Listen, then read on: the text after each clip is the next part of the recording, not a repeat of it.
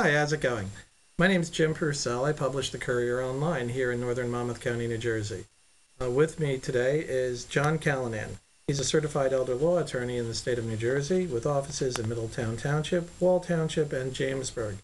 He has a website at eldercarelawyer.com. John, how are you today? I'm well. Well, thanks for coming. And I had a question.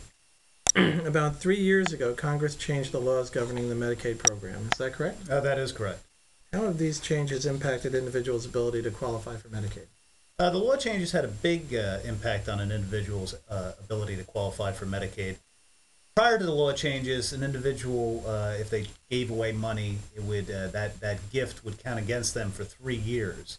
Now the gift counts against them for 5 years. So in other words, if an individual gave away, let's say, $10,000 in this month, February 2009, that gift would count against them for another 5 years or until January 2014.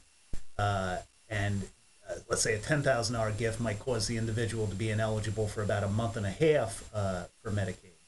If, say, the individual gave away $100,000 this month, February 2009, that gift would cause the individual to be ineligible maybe for 15 months of Medicaid eligibility, Medicaid, until, once again, January 2014. So the increase of what they call the look-back period from 3 to 5 years, the period of time that Medicaid is looking at to see if there's been any gifts, has had a big impact on a person's ability to qualify for Medicaid.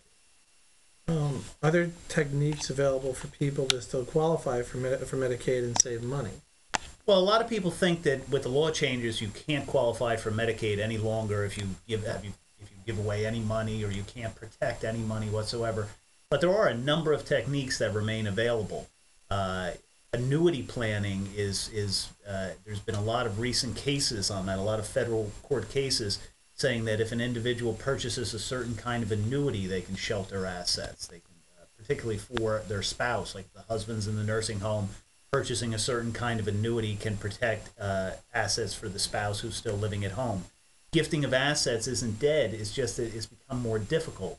Now, instead of giving away money to a relative, you might have to use a technique where you give away some money as a gift and some money as a promissory note, and the relative pays back that money under the promissory note to the individual in the nursing home, allowing them to pay their nursing home care with the money they're getting from the promissory note, and then keep the gift money at the end of the day. So there are different techniques that are available. It's just they've become more difficult to implement. I think before the law changes, an individual could do it themselves almost. Now I think you really need a lawyer to do it. Well, that's solid advice these days. Thank you so much, John. This is, of course, when it comes to the law and the very changing environment that's operating when it comes to it, it's something that's great news for everybody when it where it helps families. And once again, this is John Callanan. He's a certified elder law attorney. He has a site at eldercarelawyer.com, and if anybody wants to reach out for him, he's at 732-974-8898. This is the Courier Online. I'm Jim Purcell. Thank you so much for stopping by.